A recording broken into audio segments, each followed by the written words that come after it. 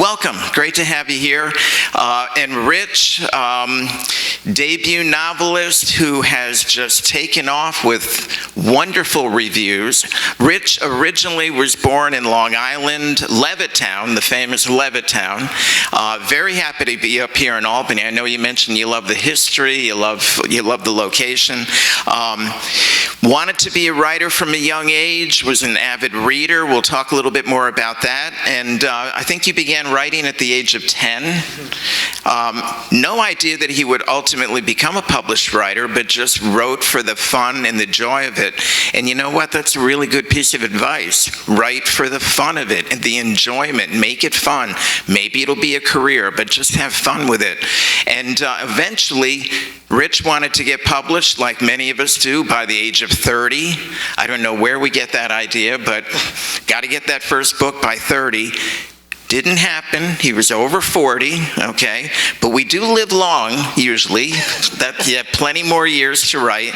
And started out writing short stories at many literary magazines, which is a great way to go. Had the opportunity to work at a writing, was a student at a writing conference with Joy Williams, very famous writer, and we will talk about that. And found an agent, got the novel published, and he told me just the other day that in Australia they're actually putting together a play based on his novel, and I'm sure you're very excited about that. Ladies and gentlemen, Rich Mirabella. Thank you very much. Yes, I'm really excited about that. That's an unexpected thing, so I'm really looking forward to that process. And you won't really be involved in the casting or anything like that? Nothing like that, but I'll be able to approve the script. Mm-hmm. But I'm just kind of looking forward to seeing what they are going to do with it. Right. And I also want to hear my characters talk in an English, an Australian accent. Right. I thought I'd start just by reading a very, very small section in my book. And I was thinking, I never know what to read from it. And so I chose something. There are a few sections in the book from the point of view of like sort of minor characters. So that's what I chose, which might not make sense because the book is called Brother and Sister Enter the Forest. And I'm going to read a section from the mother's point of view, Grace. And this is after Justin, the brother, in the title, has hurt himself. That Justin might want to escape his life didn't surprise Grace. She put the phone on the table. The kids downstairs pounded from one end of the apartment to the other. The TV blared, always fighting. She went into the bathroom to confront herself and get ready. Justin needed her, Willa said.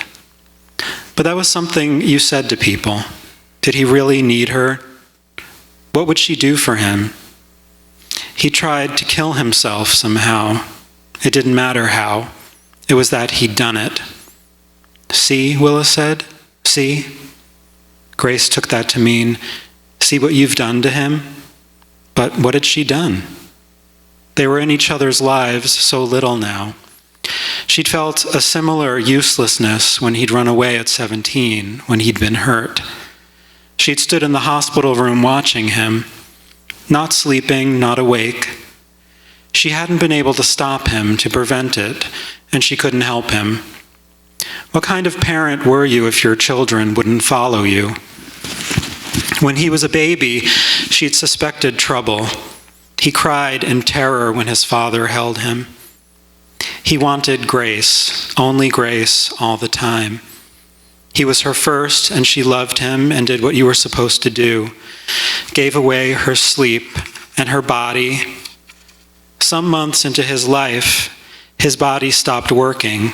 He became a little drum filled with gas and waste. He howled like a fox. She and Arthur spent hours walking around the house with him, driving him in the car. She cried with him and hated him. Little screw up. If he would only let her eat and sleep and shower. He never did warm to his father, and Arthur tried. She placed sleeping Justin onto his father's growing beer belly, onto the bare skin, so that it would bond them. And he resisted school, too. One day, and she'd never forgotten this, Arthur had lugged him over his shoulder out of the house and put him on the bus. Justin had cried and cried because he didn't want to go. The driver asked Arthur to take him off the bus. He was 6 years old. Back in the house, he collapsed on the couch and wailed. He became a problem for the teacher, who barely held back her disdain for him. Grace met with her and sensed rottenness inside the other woman as they discussed Justin. But Grace also understood the frustration. Why couldn't he stop crying, adjust to school, make their lives easier? In the bathroom, she brushed her teeth and combed her hair. She couldn't afford to diet anymore. The price kept rising, and with her bad shoulders, she was unable to do it herself. Willa promised to help, but never found the time. If Arthur were here, he would guide her. They would be in the car already, on the way to the hospital. If Arthur had lived, maybe things would have been a little different for her. Not for Justin, really. He would have done whatever he wanted. It was how he was born, something in his blood. He would still be Justin. He would still have gotten involved with that person. But maybe she wouldn't have had to suffer him.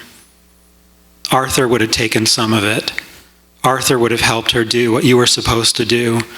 Run to places when your child was hurt. Here she was, sitting on the couch. Here was the remote in her hand and the news going.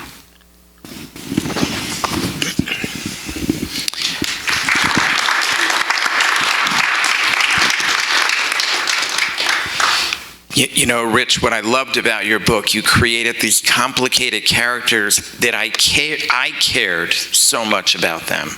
I wanted good things to happen to them. Did you feel that way too as you were creating them? Did you feel like I want something good to happen, but to be honest with the story, I can't go into fairy tale land here, can I?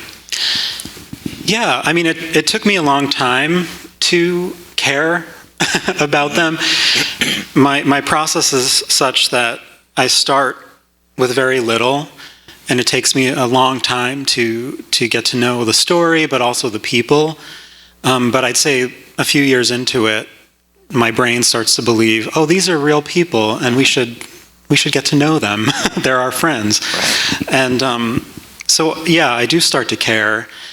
And Grace is a complicated one. The mother is very complicated. I want good things for everyone always, but that's not the truth. And these people are deeply troubled. I think there are, moments of hope and joy and happiness in this book, but I also wanted to follow the reality of their situation to a point that made sense to me.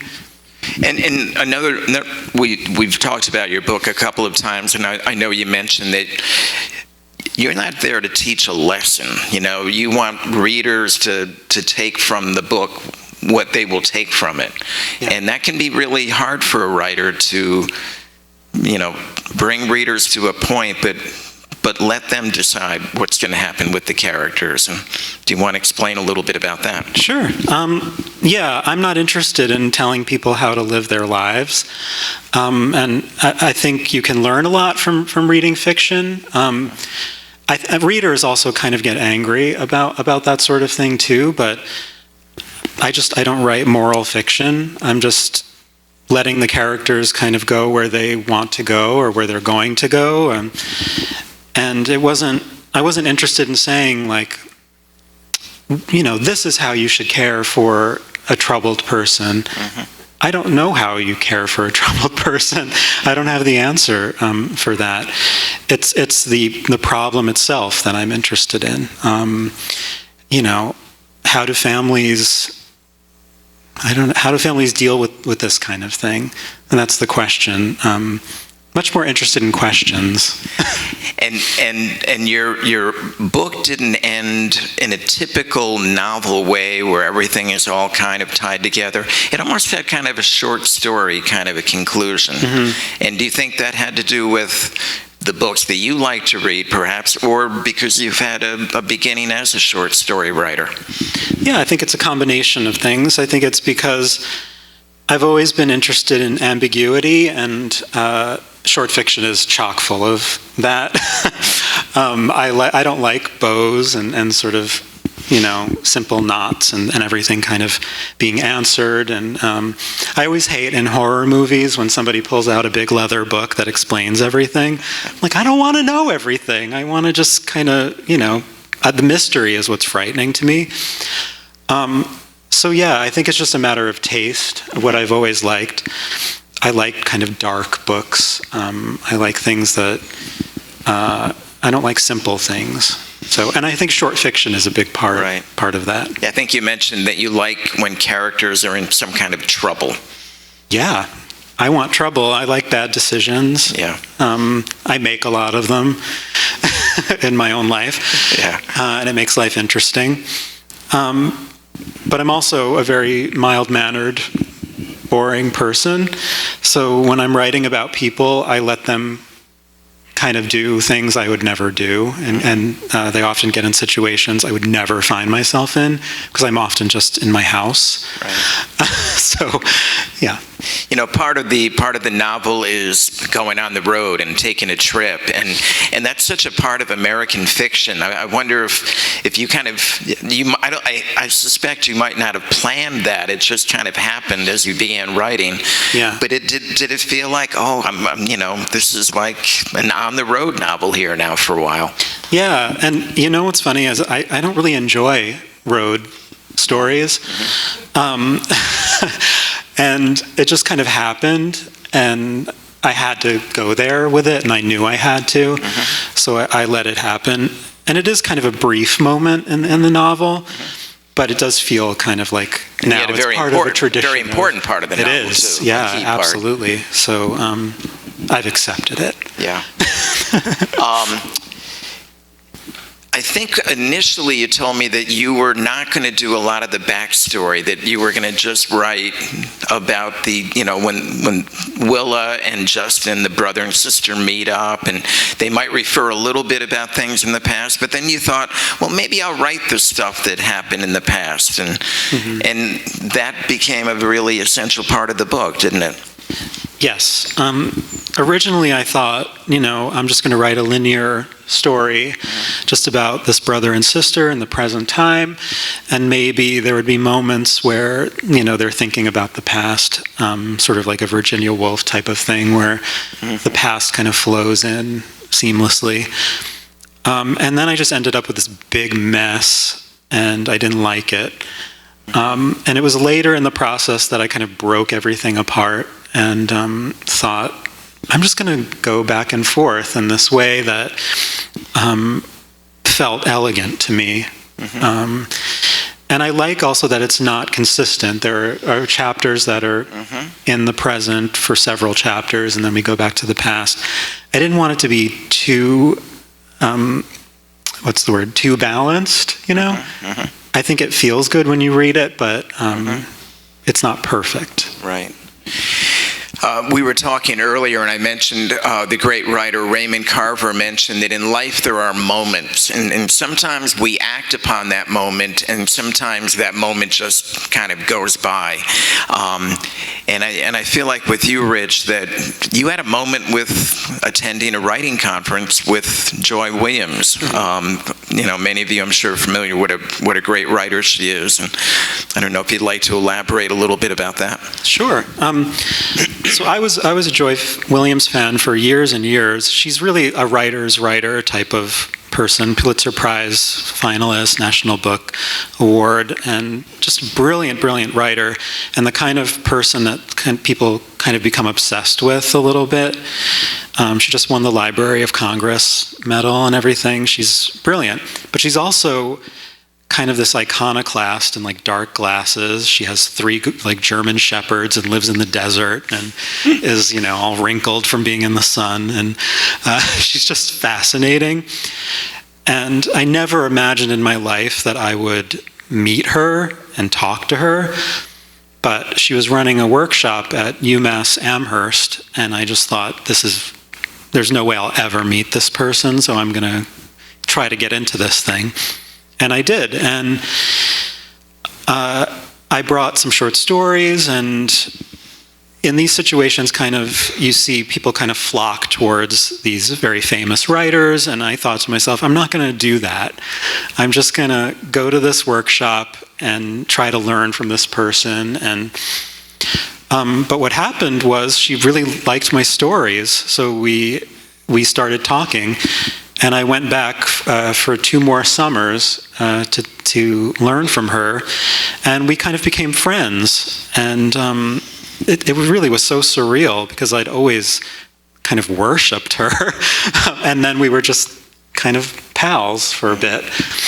And so I sent her my novel when it was still a little bit rough, and she was so helpful with it, and saw something that I hadn't noticed, kind of a pattern that became really important. She saw kind of a cycle happening in it, and said, you know, you have to break that at the end of the book. And I think it made it a much better novel. Yeah. So I'm really grateful to her. And again, she didn't help you get the novel published. She had the agent, but the idea that she would take some time to read it, give you a little bit of advice, and you acted upon, you know, not everybody would do that, but you certainly did, you know. I'd like to just kind of break down and talk about a few of the characters. I have to say that I had real empathy for Justin. As a teacher for many years of my life, I have taught many people like Justin. And some people have referred to the novel as a coming-of-age novel, and I know you said I don't go with that because Justin has not really come of age yet. He's trapped at being like this juvenile. And I mean, I know people like that, and you want to help them. If you'd like to explain a little bit about what was it about Justin that you found intriguing?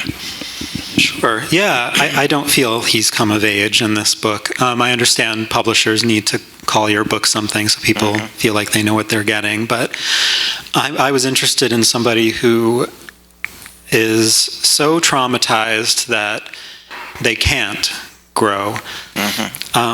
They carry something with them that has held them back. And I think when I think about growing up, I often feel like I'm still 16 years old, but I'm 44 now, and but I still feel like I have no idea what's going on or what I'm doing. And I think with Justin, I've explored that to I've pushed it a little bit. But I'm interested in people who things have happened to and how they deal with it or don't deal with it. And the idea of sort of a curse shaping itself to a person's life. Yeah. And I get a lot of different reactions to him. Some people are so frustrated with him that they can't like him. Some people care very deeply about him and cry and wish they could hug him. And I like that. I like that it's not just across the board, like, oh, poor Justin. Yeah. Some people are mad at him. I wanted him to be complicated. I think he is. He is. Yeah. And as we've talked before, he's comfortable with being gay. He doesn't have a problem with that. It's the other people in his orbit that seem to have a problem with that. And we've talked a little bit about that toxic masculinity that he has to face. And it's heartbreaking that the mom just can't connect with him, on a real loving personal level. And that breaks my heart, Me too. And I think, it was important to me that it wasn't a novel about coming out or that he's struggling with his sexuality. He's not. He's into it. It's more about he has to deal with the other people in his life not being able to deal with it. I think his mother's homophobia is subtle, and that's what I wanted. And I had people, early readers of the book, say to me, you really need to make it more apparent that she's homophobic. No, because this kind of homophobia is mostly what queer people have to deal with. Very subtle. And also just the idea of needing acceptance, not being accepted, feeling that. Not somebody saying, I don't accept you. It's a feeling, and it happens often in families. And so familial homophobia was something I wanted to explore. And then there's Nick. Nick is queer, but he is trapped in this prison of masculinity. And as much as he considers himself Justin's boyfriend, he's very critical of Justin. He considers Justin weak. Too feminine, right? Too feminine, yes. The world's going to eat you alive kind of thing. And to me, that's poison. That person is poisonous and dangerous. And I made him into a psychopath. And I wanted him to be physically beautiful. He's muscles, he's handsome, and dangerous. And Justin thinks, I'm terrified of this person the way you're terrified of something beautiful when you yourself are not beautiful. So I've always been fascinated by men like that. I've encountered them throughout my life. So it was important for me to explore that in this book. Yeah. And I like how you kind of brought Nick back, too. I mean, they would see him, they're we never completely forgot Nick. He was always kind of lurking. When would he show up again, Yeah. Which gave your book kind of an eerie, kind of creepy, you never knew what was going to happen next, which goes back to your love of Shirley Jackson and those kind of dark stories, right? Yeah, I thought actually a little bit into the process, I want to write a ghost story without a ghost.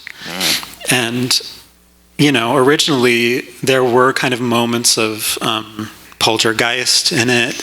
And then I just cut all of that out because it didn't need it. I think it's about being haunted in a lot of ways. And there are kind of surreal, strange occurrences in the book that are unexplained, which I love that kind of thing. But yeah, is he really seeing him? Who knows? But he always feels him. Right. And then we have Willa, and I have an older sister. I remember, when I was young, she would take care of me. I always had that bond with her. I felt that way with Willa, but there's a point where Willa, she's got her own life, and there's a point where you kind of have to move on, and I just found her to be a very likable. I completely understood her, how much she cared about Justin, but you can't be the protector forever, can you? No, you can't. And I think I love Willa, actually, and everyone always thinks that I must be Justin. I'm Willa. And I think it's because there's no such thing as perfect love in this world, and she loves Justin very much and wants to protect him and wants to help him and wants to care for him, but she can't. She has to protect her own life. And for me, independence is the most important thing in my life. And so I thought, what would I do if I were in this situation? And I don't necessarily have an answer for that, but Willa's struggle would be mine, I think. She wants to be free of him. Right. I think of everyone. Her marriage doesn't really work out. There's a lot going on there, but and the building of the dioramas. What does that capture about Willa? What do you think? Well, I don't know. First, I just love the idea of miniatures, but there is a point where she's thinking about it in the book, and she says something like, and she's sort of critical of herself for this, that she thought she could shrink the world down and try to understand it better, which she can't. But I think that's what she's trying to do. And so much of her work, so much of her art, for most of the book, is about their lives. She's kind of skewed all of it through the lens of fairy tale, but Justin even says to her, you're stealing my memories to do this, which is so narcissistic because they're hers too. She was also there. Yeah. It's kind of her therapy, isn't it, to build these things? It is, but it's totally not cathartic. I mean, it doesn't help her at all. That's how I feel about writing, too. So yeah, that's kind of me thinking about art, I think. But yeah, and then later her work becomes kind of surreal and fun. Right. I think she's trying to move on in every aspect. If I remember, I think there's a line in there that we need to find strength in ourselves. There's something that, if I remember, I took that note down here. And I think that's kind of one of the themes in the story, that, we can't rely on other people all the time. We need to, like you mentioned, be independent, and we take that for granted when we are independent. And I suspect as we get older, or if we get infirmed and we lose that independence, we might never get it back again. We must really miss it, I thought about following them for longer, and then, I don't know, I thought it hurt more for Justin to be younger and sort of losing his faculties a little bit, which does happen with people with TBI sometimes. So he has a traumatic brain injury, and in his 40s begins to forget things, and he leaves the faucet running, he has left the oven on. And not getting the medical care that he should be getting. Yeah, that too. Not living the life that he should be living. Right, exactly. Which he did for a time, and then I think he begins to resist it, and then his friends don't know how to help him, and things sort of start falling apart. Now, I think you mentioned that one of the reasons you became a writer is that you are a reader. That, in fact, you think of yourself more as a reader, and I think for any beginning writer here, that's a really important advice to give to somebody. If you want to be a writer, you have to read a lot, right? Yeah, you do. And it's so funny. I've been seeing, there was this big to-do on Twitter about some writers saying that they don't read. Well, why do you write then? I don't understand. What's the point? I mean, do you just want attention or something? Like, what is the point? Yeah, books are everything. They're everything. I know when I've been on like an interview committee to hire an English teacher, our first question usually, what are you reading? Tell me a good book you read in the last year. And if they said, well, I've been too busy to read, you're out, right away. We're not giving you the job, Yeah, I mean, they're twins. If you're going to write, you have to read. The problem is that both reading and writing are demanding, and they're not. Reading is fun, but it also you're using your brain in a very specific way, and it kind of is tiring. And then to sit down and write is another kind of work. So sometimes the balance shifts. I'm writing another novel right now, and I'm noticing my reading is slowing down, and that always pisses me off, actually. Like, I like to read a lot of books in a year, and I slow down inevitably. Right. All right, so I don't know why we get this misguided notion that we have to get that first book out by the age of 30. And there's no rule about that. Yeah. But they have like the great writers under 30, and maybe that's part of it. I think so. Did you ever feel along the way like it's never going to happen? I'm never going to get a book published, and I don't know if you want to elaborate what it felt like when you got the agent, when you were going somewhere. Sure. Yeah, I always felt like it wouldn't happen. I don't know where the 30 thing came from, but I see a ton of people thinking that. and putting that pressure on themselves. And part of it is just our culture is obsessed with youth, and so is publishing. It's really nice to be like young and beautiful and a debut and win the Granta 30 under 30 and all that stuff. So I just thought, oh God, I started this book when I was 35, and I thought, this better be it. Like, you need to write a novel. I had tried for 15 years, and I would write 50 pages and then kind of go, nah, this isn't going anywhere. And I honestly think I had to be a little older to write this book and realize I wasn't going to feel good about it. I think I was waiting to have a certain feeling when I was writing a novel, and this was just hard work. It was hard. And so when I finished it, I hadn't signed with my agent yet. I had this agent who was interested because he'd read some of my short fiction, and we had been in touch over the years that I took to write this, which was 5 years. And I sent it to him, and he loved it and signed me. And I just remember crying, like getting the email. And getting an agent is just like the first part of a nightmare journey that is also very fun, but it's also, hard.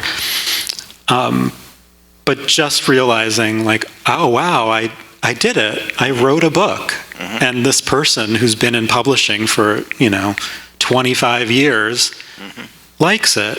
And, maybe something's going to happen to it now. Yeah. And it took a year and a half to sell it. It was during the pandemic, the first part of the pandemic. And that was rough too. Yeah. So the day I sold it, I'll never forget that, because I didn't think it was going to happen. The week before, I actually got on the phone with my agent and said, I don't think I can. Yeah. I think it's not going to happen. Yeah. And it's not about the money, right? It's not about... I forgot about the money. Right. I was on the phone with him, and he said, okay, I've got to go talk about money now. And I was like, oh yeah, I just wanted my book. Like, I didn't care. Right. Yeah. Yeah. Writing is one of those jobs. Everybody wants to be a writer until you actually sit down to write, and then, this is not as much fun as I thought, Sometimes it's really fun. Right now I'm working on another book, which I started. I was writing another one, and then this was me cheating on that one. Because that one I wasn't having very much fun with it. And now I'm writing this other book, and I'm having a blast, which is not like me at all. So that's a nice treat. Is it in a similar vein or totally different? Very different. I think that's why I'm kind of like, what? I don't even know what this is. What am I doing? It has a little bit of a speculative edge to it, and it's very weird and queer, and I'm obsessed with it. It's great. Good. Yeah, I'm really happy. Do you think you would want to come back to any of these characters in your first book, or your... No, I think I'm done with that. I really think I had to write a book about homophobia and violence, and I got it out of my system, and I'd like to do some other things. Okay. Yeah. Well, I'll tell you what, we have about 15 minutes to go. If we'd like to open it up to other questions. There we go. Yes, yeah, right. I can bring you a microphone. Hold on. Right here in the center. Where's it in the center? Do you guys mind passing down to Stephen? Thank you.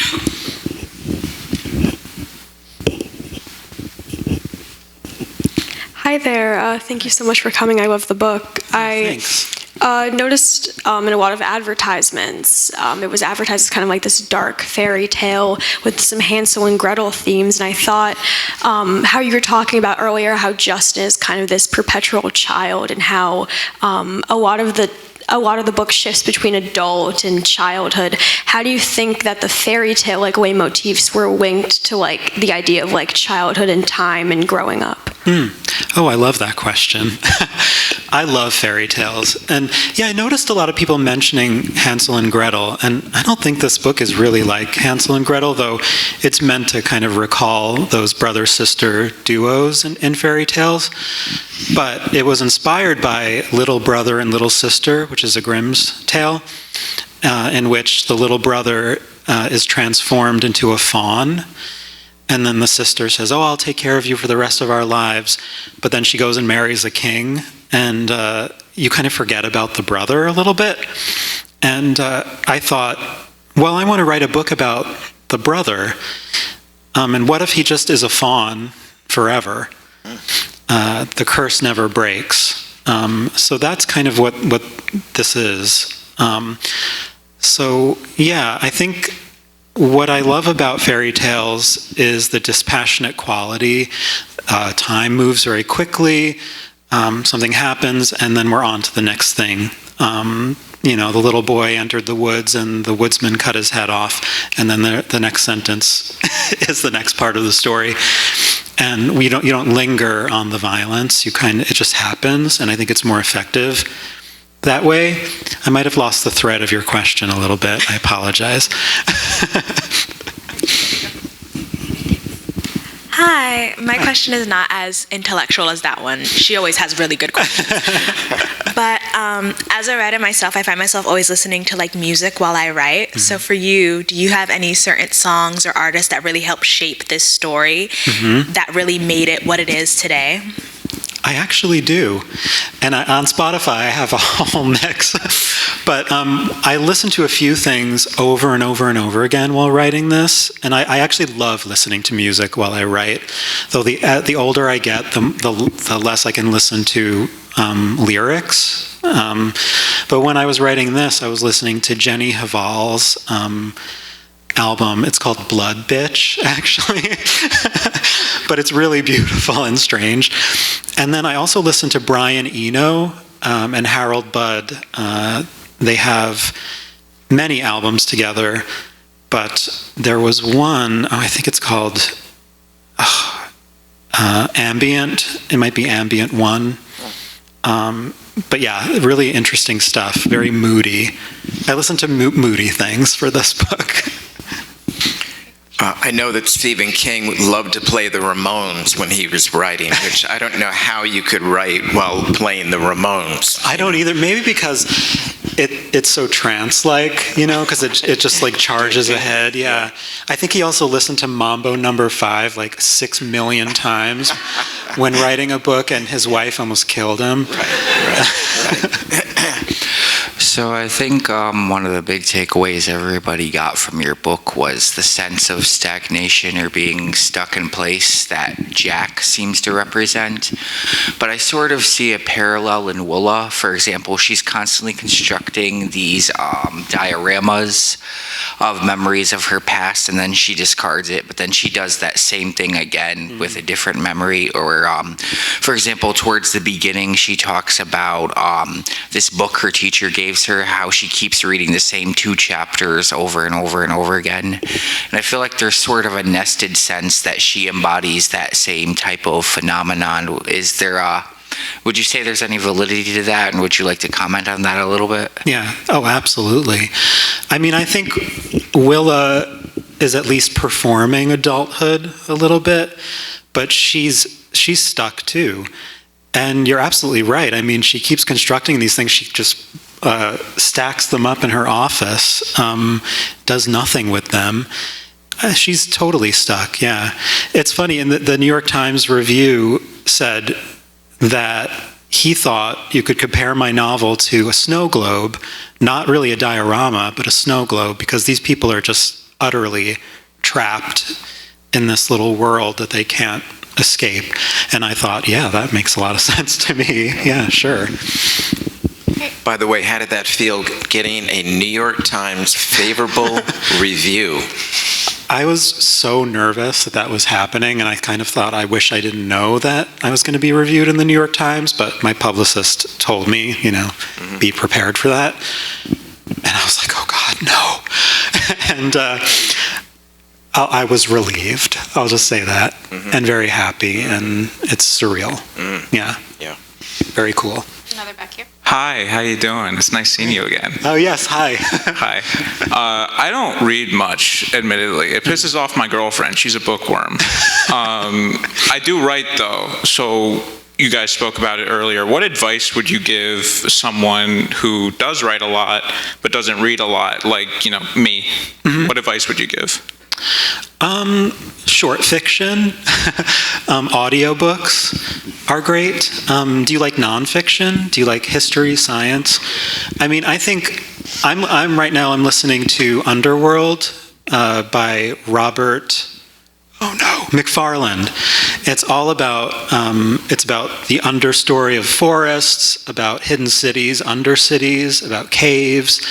It's fascinating. It has nothing to do with my work whatsoever, but I keep thinking, I don't know, maybe, I'm writing this book right now about after sort of the population of bees have been decimated by a fungus. And I was thinking about, I just read about a fungus in Oregon. I think it's called golden fungus or something. It's something like 400 miles of a network underground of this fungal system. How cool is that? I mean, so I think there are ways you can approach it if you're not like someone who sits back with a novel. But I think you need to encounter language in that way if you're going to write. I think it's necessary. Sure. And probably good to read a variety of different things too, right? Nonfiction, fiction, different types of genres. And I have to force myself to do that because I like what I like. So I sometimes have to remember, like, I should pick up something that I haven't thought of. I think if a writer forgets their love of reading, it's kind of over, It's kind of like these people that would perform at Saratoga Performing Arts Center, and I know a lot of them, after they're done, they go into town to listen to music, because that's their life, after they're done playing. Now I want to hear it, Mm-hmm. And I think it's similar with a writer. Yeah, and I see it in people becoming sort of, I don't know, not overly critical, but kind of like, I haven't read a good book in, a year. Mm-hmm. You haven't? I just read 4 great books. Like, that's just how I get so excited about reading. And if I'm not crazy about something, I just go, okay, go on to the next thing. But I don't think I'll ever be a person who goes, ugh, trash, trash, trash, Yeah. And I think that kind of can happen to a writer. Yeah. I'm trying to think of a vocabulary word and I can't. Jaded. Jaded. I'm never going to be jaded about it, I don't think, and I hope not anyway. 2 of the happiest days of the year for me is when I find out what writers are coming to the fall New York State Writers Institute, and the year when I find out who's coming in the spring. I keep bugging poor Mark all the time, and who's coming, what day? It's kind of like the first day of baseball for me, Oh, for sure. I remember the first thing I ever came to, this was right when I moved to Albany, I think, and started working here, was George Saunders.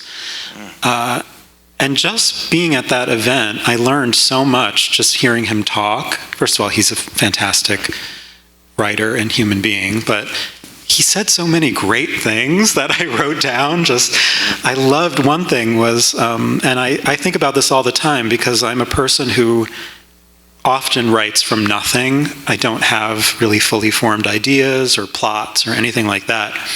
And I asked him, do you like that? Do you kind of like going from nothing or knowing where you're going? And he said, no, I don't ever want to know where I'm going. I like being surprised. And he called them wild animals hiding in the dark. Mm-hmm. And I was like, I wrote that down. Yeah, that's the most exciting thing about writing is kind of being surprised. Yeah. Do we have one final audience question, or we can have Jack give the final question before we wrap up? I'm done. Go ahead. Jack, you're up again then. Well, Rich, congratulations.